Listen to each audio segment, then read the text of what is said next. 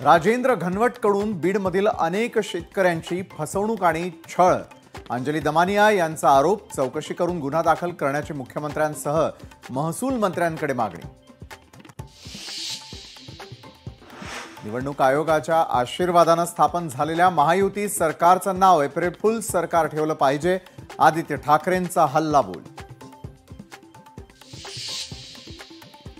राज्यामध्ये e bike आणि टॅक्सीला मंजुरी. पेट्रोलवर धावणाऱ्या बाईक टॅक्सीला परवानगी मिळणार नाही. राज्यमंत्री मंडळाचा मोठा निर्णय.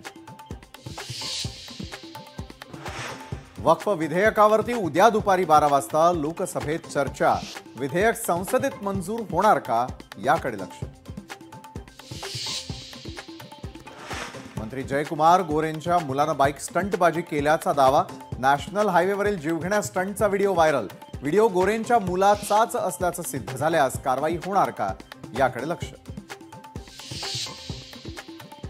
गुजरातमधील बनासकांठा इथल्या फटाक्याच्या गोदामाला स्फोट तर 18 कामगारांचा होरपळून मृत्यू. मृतांचा आकडा वाढण्याची शक्यता. सोन्याचा दर उच्चांकी पातळीवर. सोन्याचा दर 91,076 रुपये तर चांदीचा भाव 1,09,75 रुपयांवर.